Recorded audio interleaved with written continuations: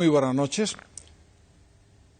Ayer aprobaron ustedes, Pedro, las medidas en Consejo de Ministros y entre ayer y hoy, como ves, se han disparado las críticas de la oposición. Si le parece, podemos empezar por la finalidad de las medidas aprobadas y enseguida vamos con las críticas. Gracias, Pedro. Estamos pidiendo a la gente de nuestro país algo muy difícil, muy duro, y es que se quede en casa y estamos pidiendo que haya una hibernación de la situación económica. Eso, lógicamente, provoca una crisis económica y una crisis social. Y ese esfuerzo, si le estamos diciendo a la gente que se quede en su casa, le tenemos que dar seguridad, porque hay mucha gente que podía quedarse sin empleo, hay mucha gente que podía no poder pagar el alquiler, no poder pagar la luz, y la gente en España ya tiene experiencias con una crisis. La gente se acuerda que en la crisis de 2008 hubo muchos desahucios. Bueno, nosotros hemos prohibido los desahucios hasta que termine esta crisis. En la crisis de 2008 hubo mucha gente que perdió su empleo. Nosotros hemos prohibido los despidos por causas del coronavirus, hemos facilitado los ERTEs para que pueda haber una interrupción temporal mientras dure el estado de alarma. Hace 10 años, en la crisis hace 12 años de 2008, todos recordamos cómo a mucha gente se le cortaron los suministros. Nosotros hemos prohibido el corte de suministros. En la crisis de 2008 se rescató con dinero público a los bancos. Nosotros hemos hecho una movilización histórica de recursos precisamente para rescatar la economía de los hogares, para proteger a los trabajadores, para proteger a los inquilinos, para proteger a los pequeños empresarios, para proteger a los pequeños propietarios, para proteger a los autónomos también, con medidas muy importantes como la moratoria en la cuota, como una prestación que llega al 70% de la base reguladora, un mínimo de 660 euros para el caso de los que tengan que cesar la actividad o que hayan perdido hasta un 75% de sus ingresos. Creo que este Gobierno, con la Constitución en la mano, porque la Constitución cuando se saca no es para enseñarla, es para aplicarla, está protegiendo a los ciudadanos. Si decimos a nuestros compatriotas que se tienen que quedar en casa, les tenemos que dar garantías. En cualquier caso, señor Iglesias, ya conoce las quejas y las críticas de la oposición. Esto tendrá un coste en impuestos y también se queja la oposición porque han dado a conocer las medidas de forma sorpresiva y sin que mediara siquiera un diálogo, ¿no? El debate sobre el coste es sobre en qué se gasta. En la crisis de 2008 llegamos a un 100% de la deuda. La deuda llegó a ser un 100% y se gastó en buena medida rescatando a la banca y rescatando a una minoría de privilegiados y la gente lo pasó muy mal. Claro que hay que gastar. Lo que pasa es que hay que gastar para apoyar a la mayor parte de la ciudadanía, a la gente que está haciendo un esfuerzo enorme para que salgamos de esto.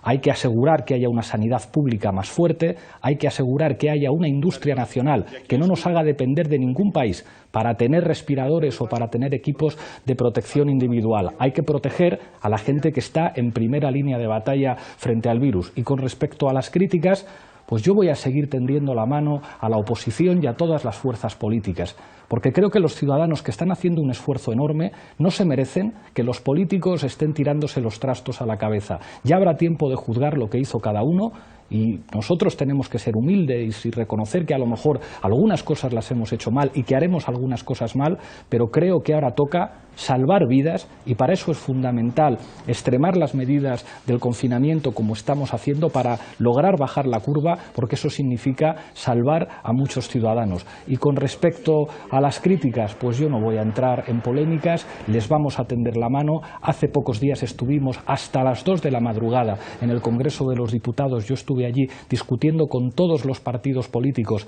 la mayoría nos pedían medidas más estrictas de confinamiento y lo hemos hecho. Insisto, vamos a seguir tendiéndoles la mano para ponernos de acuerdo y vamos a seguir protegiendo a la gente. Señor Iglesias, en cualquier caso, se habla de tensiones incluso dentro del Ejecutivo, tensiones graves entre usted y la ministra de Economía, Nadia Calviño, de quien dicen que haya amagado con dimitir. ¿Estamos ante un gobierno polarizado en que hay posiciones encontradas en materia social y económica?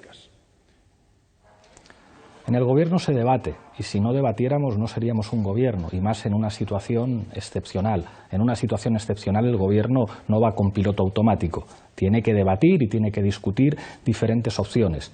Y todo el mundo sabe lo que pensamos cada ministro, porque lo hemos dicho muchas veces en público y vosotros hacéis muy bien vuestro trabajo. Pero las deliberaciones del Consejo de Ministros son secretas y una vez que hemos deliberado y hemos decidido, somos una piña y las decisiones son de todo el Gobierno.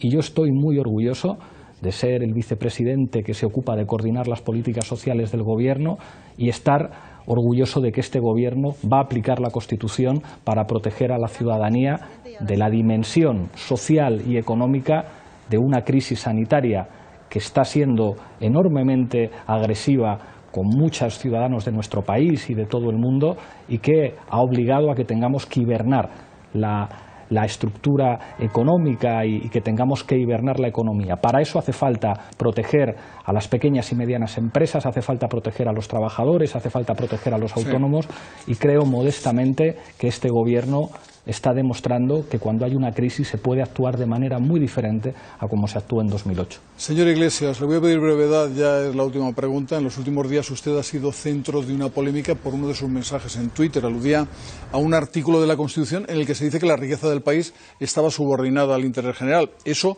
como sabe, ha despertado recelos en los empresarios, en el IBEX y críticas muy duras desde la derecha. ¿Hablaba usted de nacionalizar empresas estratégicas? ¿Qué pretendía usted decir con ese tuit? Le pido brevedad, eso sí, porque vamos. Pues recordar que que la Constitución cuando se saca es para aplicarla y el artículo 128 que nos dejaron los padres y las madres de la Constitución sirve para definir el patriotismo. El patriotismo es poner lo general por delante de lo particular. ¿Qué significa eso?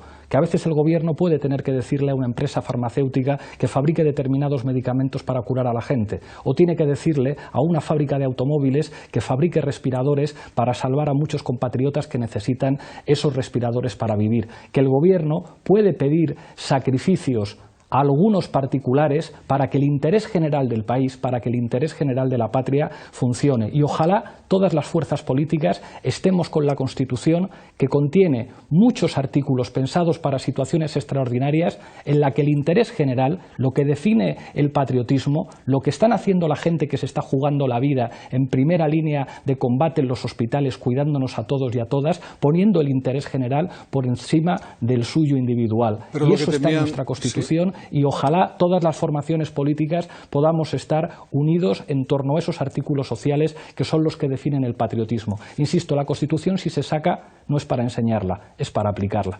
De todas formas, algunos pensaban que iban a iniciar un proceso de nacionalizaciones aprovechando la crisis del coronavirus. Eso es lo que se decía. Señor Iglesias, gracias, muy buenas noches.